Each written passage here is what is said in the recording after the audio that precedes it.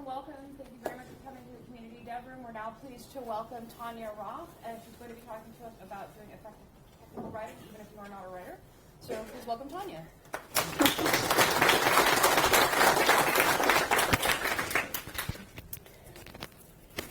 Thanks a lot. Can you hear me okay? The microphone is for the video. Ah, okay. So, thanks very much. It's the first time that I'm at FOSDEM, but it's great to be here. Welcome to the talk, Technical Writing, for non-writers. I've done this talk a couple of times already. I usually do it as a 1.5 hour workshop, including a practical exercise at the end where you can really try to find issues in an existing text and modify it. We're not going to do that today because we just roughly 20 minutes. So, by the way, my name is Tanya. I'm a technical writer since, a little bit more than 15 years now.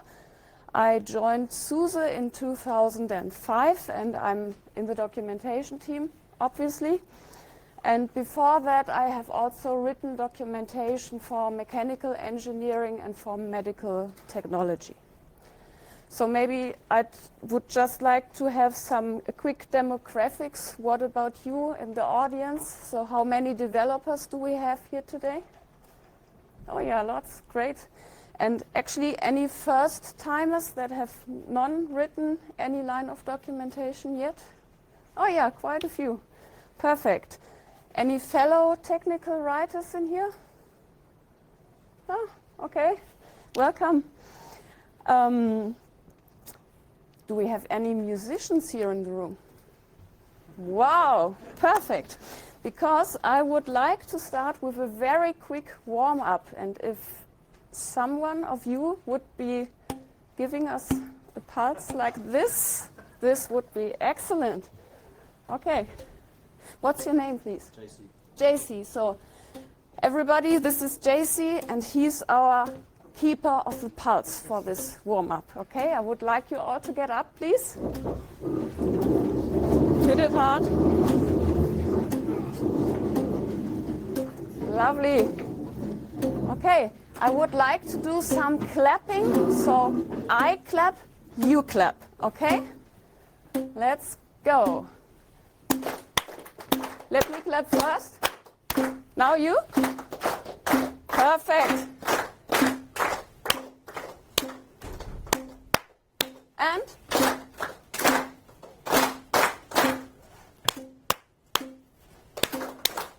now.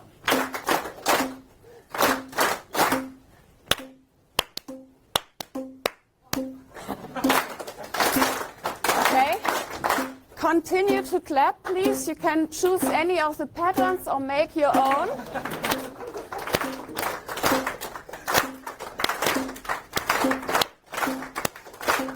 Sounding great. Okay. Go on, please. From here. You continue, okay? You continue to clap, okay? 1, 2, 3, 4, and stop. Just listen. Okay. Sounds great. Okay. We will join them again. Okay, I'll give you a sign. And 1, 2, and let's all clap.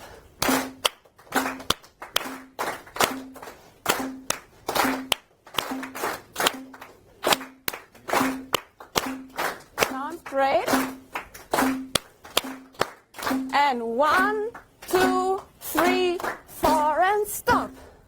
So thank you, everybody. Thank you, Jason. That was just giving us a little bit of a warm-up after the lunchtime. So I hope you feel refreshed now. Now that we've done that, let's dive right into this. The warm-up part, we did it already. Then let's go to some basic rules. I mean, following the good old tradition, less is more. And regarding the time that I had, I thought it was just makes sense to pick some 5 basic rules that are easy to follow and easy to remember, even if you're not a language expert or don't want to dive into grammar very deeply. Because according to the Pareto principles, I could give you a huge set of rules, but in my experience, like 20% of the rules have 80% of the impact on your text. So that's why I just picked 5. Okay, so for me, the most important point is change perspective. I mean, especially as most of you are developers, of course, you know your code very well, you know your software very well, you know all the little bits and details about it, but you have to think of your audience. The better you know your audience, the easier it is to write something for them. So, for example, imagine you are a mechanical engineer and designed this fantastic engine over there. Of course, you are very proud of this engine and would like to describe it in detail. But if you know that your audience just wants to use the engine to drive a car, don't give them all the details about the engine. Instead, tell them, for example, how to activate the windshield wipers. Tell them how to switch on the lights in bad weather conditions, or how to execute maintenance tasks like refilling oil. So also think about the level of detail. Usually, if your audience is very experienced users, they don't need that much details, whereas newbies need a little bit more details. So also in the warm-up that we just did, I assumed something about you as my audience. I assumed you're not wanting to lead any rhythm-based events, so I didn't go into all the details of techniques of how to do a rhythm-based event or intervention. I just, because you were simply participating in this, I just gave you the instruction that you needed to participate in this warm-up. Okay? So that would be the first point. Second one, I guess everybody is already familiar with this KISS abbreviation. It stands for Keep It Simple and Short. So the good news is, because also we had this in the previous talk, you have to think of your audience that are not necessarily native speakers of the language that you're writing the text or will be publishing the text in. But this means also for you as a writer, don't worry if you are not an English expert and need to write in English, because if you keep it simple, it will also make it simpler for your audience, and it will also make it simpler for any translators that are not very deep into their topic necessarily. So, and we can apply this principle to several levels. So for example, we could have a look at words. So very infrequent words, that is words that are not very common, they slow down the reading. So if you have words like utilize, replace it with use. It's much easier and simpler. Same goes for indicate. You can replace it by show or tell or say. And also prerequisites, I would just replace it with requirements. So, and this is just a few examples. There are many more examples. Then we can have a look at the grammar level. For example, if you have an action and want to give the result of this action for the reader to make sure that he did the right action, so he got the right result, you could say, click OK, and the foobar dialog will appear. So in that way you would have future tense for this result. The dialog will appear. But most of the times this is not really needed. So also here, if it's appropriate, keep it simple. I would say like present tense is usually appropriate for like 80% of most texts, I would say. This is not saying you should use any other tenses, but also here you can apply this principle. Then another level is the sentence level. It sounds very easy or obvious, but in fact it isn't. So if you write something, go through your sentences again and try to make sure that you have one idea per sentence, not more. I mean, if it's very short ideas, it's okay to combine them. You could, for example, say, click OK and shut the dialogue. So this, I would say, is still okay, even if it's also two ideas in one sentence. But very often we write long sentences, and if you go through them again, you will find that you mix a lot of ideas often into one sentence, and this just makes it more complicated. Then we have another thing like filler words, so something completely new. So if it's new, it's new. Cannot be newer than new, so remove completely. The same goes for already existing, just get rid of already. And be also very careful with words like simply or just. I mean, in spoken language we use them very often, but also there think of the situation of your audience. When do you refer to a documentation? Sometimes you refer to documentation when you tried to find your way around the product and didn't succeed. So you're actually probably already frustrated or angry because you didn't manage to get that damn thing running on your own. And then if you read in the documentation, just do I don't know what, it doesn't help that much. So get rid of simply and just. Then the next, by the way, I forgot to say something.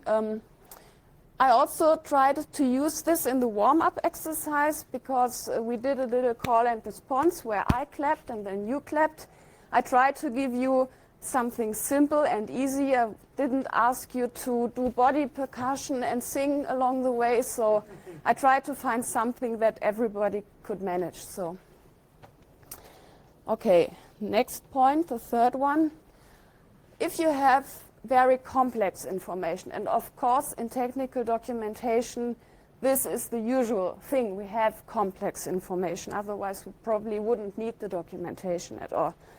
So, but please try to divide it into smaller snippets, into chunks. So this helps to reduce the complexity and to provide multiple access points for users of probably different levels of knowledge. And if you don't know what to, if you need to structure text and you don't know what to put first of all, put first of all everything that all of your readers need to know and that is not optional. So for example, if you have to write about managing user accounts, I would say first section could be creating user accounts. Then probably the second section could be enforcing password policies. And then as a third section, you could have something like managing quotas, because that's probably something that not everyone who needs to create or manage a user account really needs to know, or at least he doesn't or she doesn't need to know it at the very first place. So then if we have a look at the hierarchy, I would say 3 levels are mostly enough. So try to be pragmatic. Try not to be scientific. You are, although we are at the university here, you are not writing the doctor's thesis where you have something like section 1.5.7.12.15. This is too complex, because if your readers don't find the solution to their problem within 3 clicks, you will very probably lose them and unfortunately mostly never get them back again. So try to use a pragmatic approach to this, to your hierarchy. And then for something like where you want to give instructions, so step by step describing an action, also think about, there's something called Miller's law in cognitive psychology. So it's about our limits or our capacity for processing information. And it said that 7 minus or plus 2 items is enough. So if you have a procedure that has like 20 steps, think about it again and split it up into smaller procedures. So find smaller subtasks because it's just easier to follow. And another thing regarding the structure, also after you have written it, at the latest then make sure it reflects your reader's goals, not your own ones. So think about what your audience wants to reach with the software, or what they want, which tasks they would like to go through, and try to structure your texts from this perspective.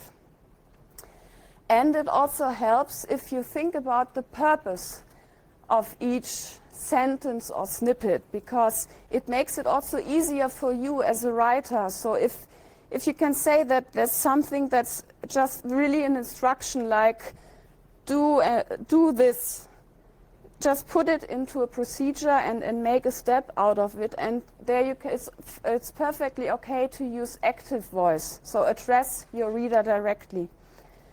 And if you have a warning, for example, if you install something and want to warn your readers that they need to do a backup first, this is a clear warning. So put it in front of the step or of the action where the danger arises. So it also helps you to structure the text. And if you have things like background information, like you want to explain a basic concept or the background, put it better in front of your procedure and don't mix it or merge it into the procedure, because it will just bloat up all of your steps, and it will make it harder to follow the individual steps. So I would say, if that's something that's a description, put it in a separate place, probably before the procedure. Also, again, forgot something, sorry. Also, in the warm-up that we did, I tried to split it into chunks. So we had, for example, I reduced complexity by stopping one part of the group so the others could listen, and everybody who's probably lost in this overall rhythm could get a new idea of how to join in again. So this is also a means of reducing complexity. Okay, then the next point would be consistency. Again, if you are writing technical documentation, you're not in school anymore. So it is allowed, and it's actually very good practice to use the same terms for the same things, because otherwise you will very probably confuse any unexperienced users or also any translators that only have very general knowledge of this topic. So for example, if you talk about symbolic links, call it symbolic, and you decide for this term, call it like that throughout your text. Don't call it symbolic link in the first sentence, then soft link in the next one, and symlink in the third, because probably everyone unexperienced wouldn't know that it is actually the same thing. So think about terminology, be consistent. The same goes for spelling.